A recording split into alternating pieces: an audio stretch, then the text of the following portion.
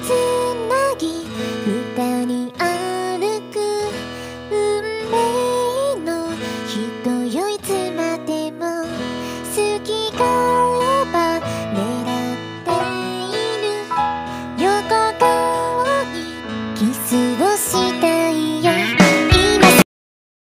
Hey there yo, what's up mga kamao? Kumusta mi amigo? Yes, aka Kurimao, and this is yo, Dabawanyo Rito T Vlog.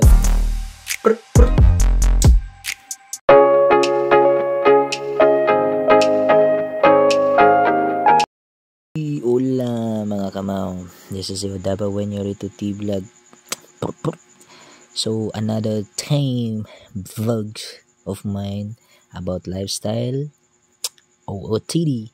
So inspirasi na to karon nga about lifestyle OOTD mga kamaw is sunflower. So nganong kini man akong ikuno kay actually mutarada karon is mga suruyanan nga naay mga kalabutan sa garden landscaping, no. So I was really inspired by this looks, no, coming from a sunflower, no. Kana bang resiliency, and of course the timing of how blooming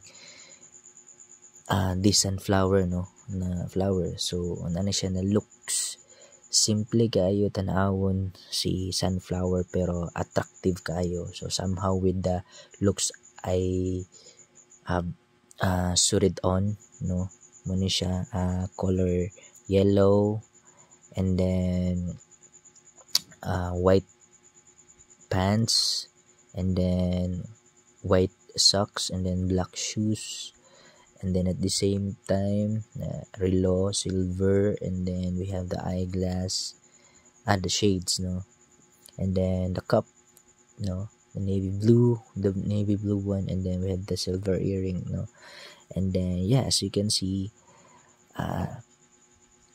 simplicity is beauty, coming from inspiration of a sunflower, but it gives a little bit more attractiveness and appealing, no, sa eyes, no, labi na sa color of inspiration color coming from that flower, no. So makahatag yun siya ginatawag nga appealing, no, kanang affections, no, sa motanaw, sa mo feel, no, with that simplicity is beauty coming from inspiration of a sunflower. Ano na ang mahatag nga vibes na looks, no, na dili kaayo gara, dili kaayo ingon nga sobra ra kaayo ka exert ang kuan, no, ang tema sa paggawas, no. So ani siya. So nganong ginanan ko siya pagporma to give still, no, connection with the millennials / going to Gen Z na tipong pagpamorma sa ani. So again, ning mga pormahan na to was actually kuan lang siya, no, mga ukay-ukay. So resiliency, the word itself, coming from to ukay-ukay, dili siya basta-basta resiliency siya, no, pero na-revive na gamit na to siya tarong paghihapon. And then na-connect pa na ako siya sa about lifestyle T-vlogs na ako ano muna, no, coming from sa sinabi ko kaganina. Wow, Tagalog tayo, sa giingon ako ganina, no, a sunflower. So muna siya. If you wanted to try mga kamaw, check it out, give a little bit more elevation and more fantastic than this one of mine, no. So daghang salamat. Muchas gracias mga amiga, senyorita, senyorito. This is Dabawanyo Rito T Vlog.